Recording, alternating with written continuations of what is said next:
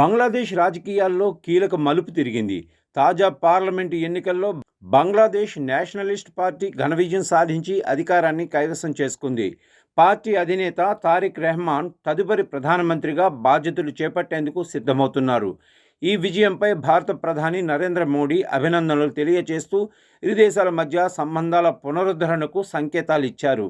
X వేదికగా స్పందించిన ప్రధాని మోదీ బీఎన్పీని అద్భుత విజయానికి నడిపించిన తారిక్ రెహమాన్కు హృదయపూర్వక శుభాకాంక్షలు.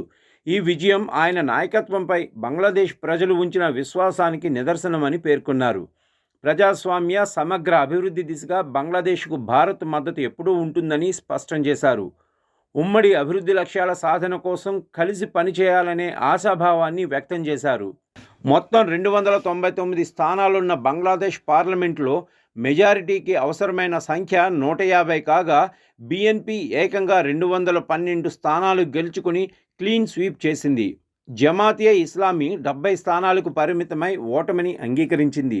దీంతో తారిక్ రెహమాన్ ప్రధానమంత్రి కావటం దాదాపు ఖాయమైంది.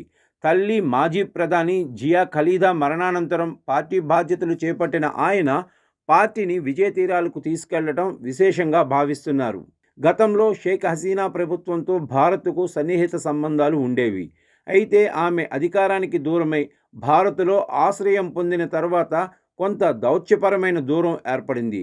ఇప్పుడు బీఎన్పీ అధికారంలోకి రావడంతో సంబంధాలు మళ్లీ బలపడే అవకాశం కనిపిస్తుంది. గత విభేదాలు ఉన్నప్పటికీ ప్రజాస్వామ్యంగా ఎన్నికైన ప్రభుత్వాన్ని భారత్ గౌరవిస్తుంది. సరిహద్దు భద్రత, వాణిజ్యం, కనెక్టివిటీ, నదీ జలాల పంపిణీ వంటి కీలక అంశాలపై కొత్త ప్రభుత్వంతో చర్చలు జరగాల్సి ఉంది.